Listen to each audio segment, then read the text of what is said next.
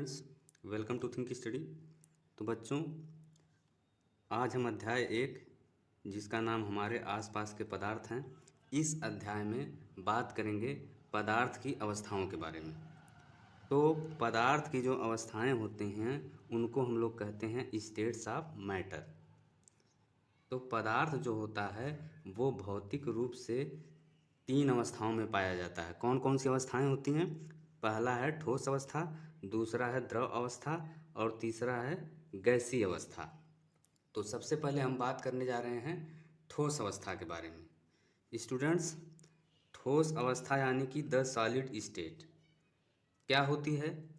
ठोस पदार्थों का एक निश्चित आकार होता है तथा स्पष्ट सीमाएं होती हैं और स्थिर आयतन होता है। जब ठोस पदार्थों का आयतन स्थिर होता है तो इनकी जो संपीड्यता होती है वो नगण्य होती है, यानी कि ठोस पदार्थों को अगर हम दबाएं तो ये न के बराबर दबेंगे। इसका कारण क्या है?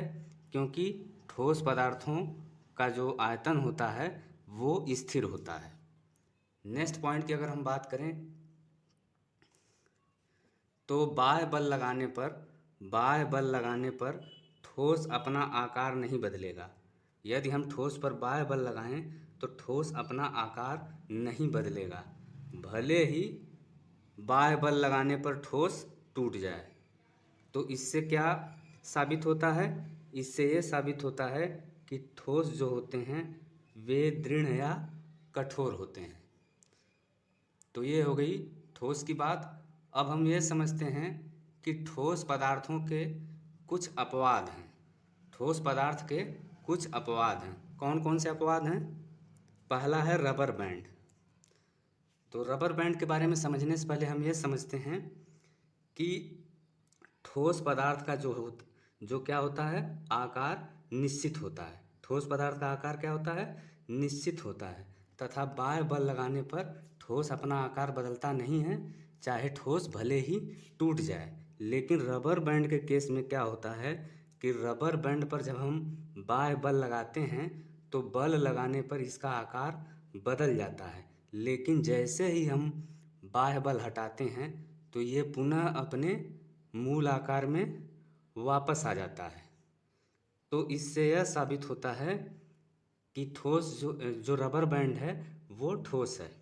लेकिन अगर हम रबर बैंड पर आवश्यकता से अधिक बल लगाएं तो रबर बैंड टूट सकता है, जो कि ठोसों का गुण है। तो अपवाद नंबर 2 क्या है? विभिन्न आकार के बर्तनों में रखे गए चीनी या नमक।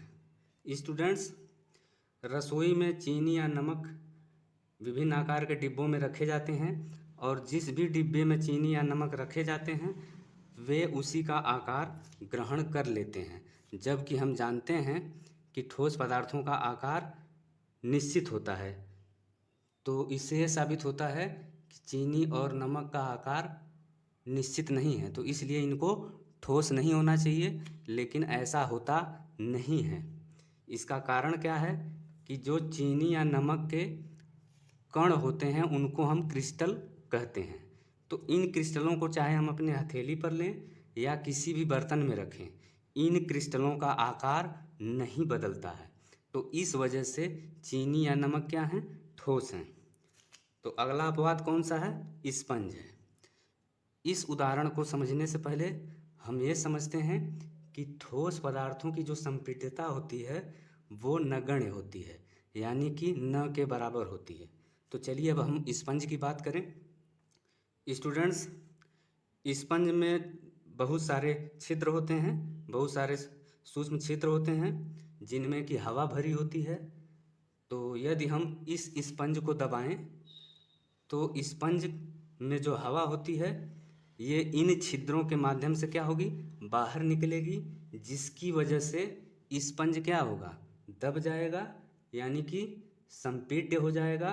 और जब स्पंज से हवा बाहर निकल जाएगी तो हम अगर और अधिक बल लगाकर स्पंज को और अधिक दबाने का प्रयत्न करें तो स्पंज दबेगा नहीं तथा स्पंज की संपीड्यता जो होगी वो हवा निकलने के बाद नगण्य हो जाएगी।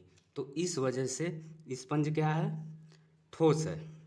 तो स्टूडेंट्स, ये था आज का वीडियो। Thanks for watching.